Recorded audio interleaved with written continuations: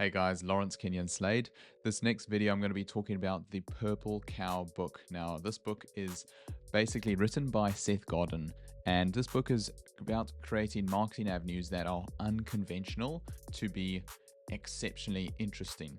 And basically, this is a summary of a metaphor. Now, there is a metaphor, and what it is let's say you're driving in the fields and you drive and for days and days you just see normal cows every single day, and it's a brown cow and a brown and white one and a white one and a brown one. You see all these times the exact same thing, but one day you drive around the corner and you see a purple cow. Oh my goodness. And then you just never ever forget this cow. And this is the key about the book, is creating a marketing avenue or creating a marketing design that is a purple cow, and people will not forget it.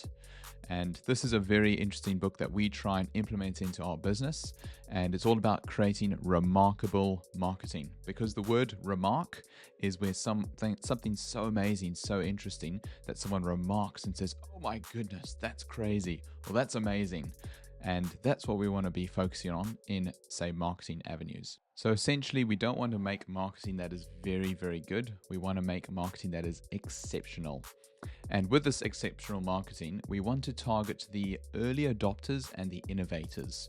We're not trying to target all the different target markets in the whole marketplace. It's all about these early adopters and innovators. And what these types of clientele are, is they're going to promote and share the knowledge and share your product or your whatever you're trying to market and sell. And these people they're almost like, it's like a virus. When something goes viral in social media, then it's like a virus. It spreads, and it needs to first spread with a few people that spread it out to more and more and more and more. And these early adopters and innovators are the people that we want to target, just the small target market that are going to then sneeze this virus out and speak it and tell it to everyone. And that's the strategy, is first to target, be so amazing to these early adopters that are then going to spread it out. And that could be through referrals. It could be through someone telling lots and lots of people. If you give really good service to someone, they'll tell maybe 5 people. And if you give really bad service, they're going to tell 10, 15 people. So it's all about trying to provide that really good, exceptional service so these people can sneeze this virus out, not literally, but they can sneeze the virus, sneeze your product out to all the other friends, and this is going to basically push your product out there. So when thinking of a marketing avenue or a thing to be basically to push out, is we want to be risky. We don't want to be safe and conventional, because if we're going to be safe and conventional, it means that we're going to stick within the norms of society. It's going to be normal, it's going to be average, it's not going to be promoted that easily. We want to be a bit risky, and we want to push out these a little bit on the edge ideas, and this is going to ensure that we create something that's got a better viral component to market. So it's all about being a little bit risky, a little bit touchy, but we don't want to be conventional and average and boring. That's the thing to avoid. So by being a bit more niche and niching down, we are going to be focusing more on a small subset of clientele. We're not going to market to the mass market, because if we market to the mass market, then we're not going to speak to anyone, because the more niche down we get, the more interested that exact clientele is. If we niche down to the maybe 5% of the marketplace, and our marketing is really focusing on them, that clientele is going to feel like we are speaking directly to them, and they're going to be much more incentivized to take action when speaking to us. So just an example, let's say if I'm in real estate and I'm just saying free property appraisal, and I send it through to everyone and trying to give someone a free update to everyone, then it's very generic and bland and boring. But if I say I am the development property expert for 600 square meters to 800 square meters land, I only deal with development sites, and this is my speciality, then someone with a development site is going to be like, I want that guy to work with me because he is a development specialist. That's all he does. And he's going to be one of the best in the business to work with me in selling my property. Also, it could work with, say, location based. So let's say I'm the best person to work in the Papatoetoe location suburb. That's all I focus on. I don't focus on anywhere else.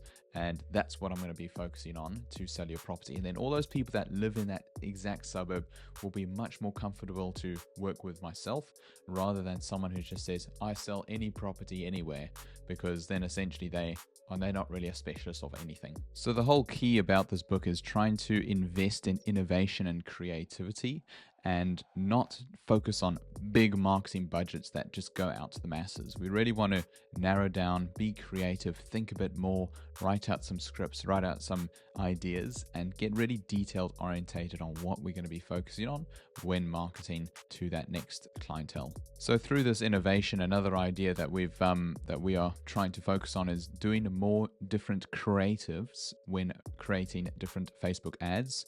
And the one option is just to create one Facebook ad every new week, and then you push that through and test it. But what if you create 5 or 10 different variations of that through that week, and then you test those different ones, and then you test those ones again, and you create new creatives all the time?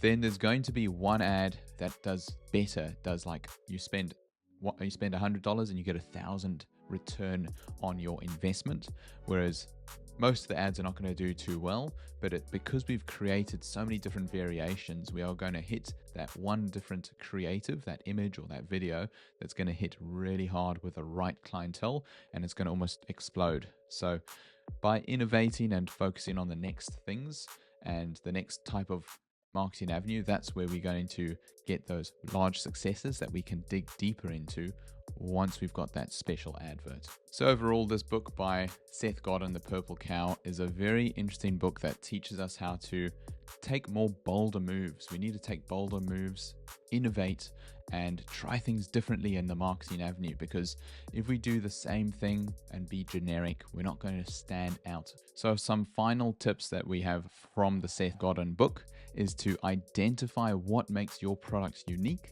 and then double down on it.